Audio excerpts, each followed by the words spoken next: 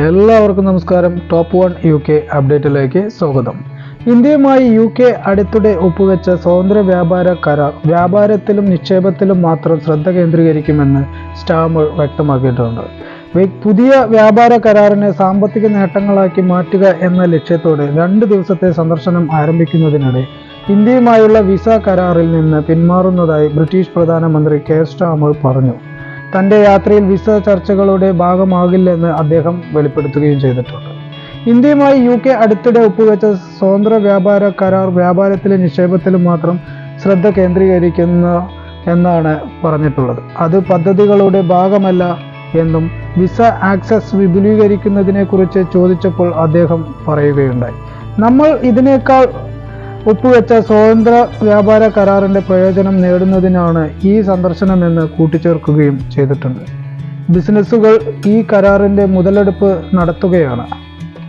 എന്നാൽ പ്രശ്നം വിസയെക്കുറിച്ചല്ല, ബ്രിട്ടന്റെ കുടിയേറ്റ നയങ്ങൾ ഉറച്ചു നിൽക്കുമെന്ന് ഊന്നിപ്പറയുകയാണ് പ്രധാനമന്ത്രി. സ്റ്റാമർ പ്രതികരണം UKയിലെ ആഭ്യന്തര രാഷ്ട്രീയ സമ്മർദ്ദങ്ങളെയും അടയാളപ്പെടുത്തുന്നു. അദ്ദേഹത്തിന്റെ ലേബർ പാർട്ടി ജനപ്രിയ റീഫോം UK പാർട്ടിയിൽ നിന്നുള്ള മത്സരം നേരിടുകയാണ്. UKയിലെ പ്രതിഷേധങ്ങൾക്ക് ശേഷം കേന്ദ്രബിന്ദുവായ കുടിയേറ്റത്തിൽ ബ്രിട്ടീഷ് പ്രധാനമന്ത്രി ശ്രദ്ധാപൂർവം ഇടപെടുന്നുമുണ്ട്.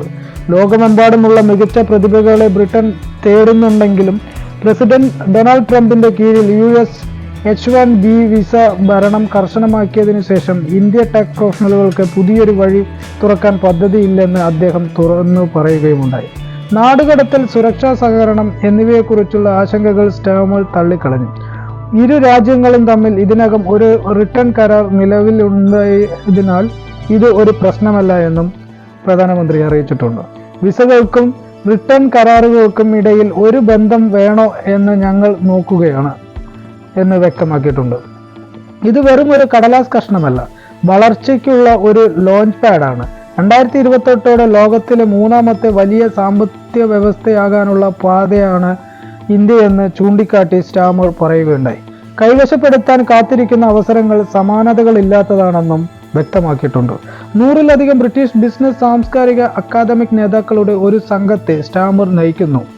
BP, Rolls Royce, BT, Diageo, Scotch whisky association എന്നിവയിൽ നിന്നുള്ള പ്രതിനിധികൾ ഈ ഗ്രൂപ്പിൽ ഉൾപ്പെട്ടിട്ടുണ്ട്. 3 വർഷത്തെ ചർച്ചകൾക്ക് ശേഷം ജൂലൈയിൽ ഒപ്പുവെച്ച സ്വതന്ത്ര വ്യാപാര കരാർ തുണിത്തരങ്ങൾ, കാറുകൾ, വിസ്കികൾ തുടങ്ങിയ വസ്ത്രങ്ങളുടെ തീരുവ കുറയ്ക്കുന്നു എന്നാണ് പറഞ്ഞിട്ടുള്ളത്. 2040 ആകുമ്പോഴേക്കും UK ഇന്ത്യ വ്യാപാരം കുറഞ്ഞത് 25.5 ബില്യൺ വർദ്ധിക്കുമെന്ന് റോയിട്ടേഴ്സ് റിപ്പോർട്ട് ചെയ്തിട്ടുണ്ട്. ബ്രിട്ടീഷ് കമ്പനികൾ ഇതിനകം തന്നെ ഇന്ത്യയിലെ തങ്ങളുടെ കാൽപ്പാടുകൾ വികസിപ്പിക്കുകയാണ്. 2024 ലണ്ടനും ഡൽഹിക്കും ഇടയിൽ 3ാമത്തെ പ്രതിദിന വിമാന സർവീസ് കൂടി ആരംഭിക്കാൻ ബ്രിട്ടീഷ് എയർഫോഴ്സ് പദ്ധതിയിടുന്നു. അതേസമയം മാഞ്ചസ്റ്റർ വിമാനത്താവളം ഇൻഡിഗോയുമായി നേരിട്ട് റൂട്ട് ആരംഭിക്കുവാനും തയ്യാറാവുന്നുണ്ട്. വിസ്കി വ്യവസായത്തിനും നേട്ടമുണ്ടാകും.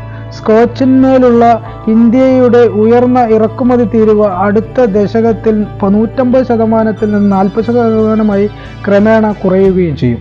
വ്യാഴാഴ്ച സ്റ്റാമർ പ്രധാനമന്ത്രി നരേന്ദ്രമോദിയുമായി ഔപചാരിക ചർച്ചകൾ നടത്തും.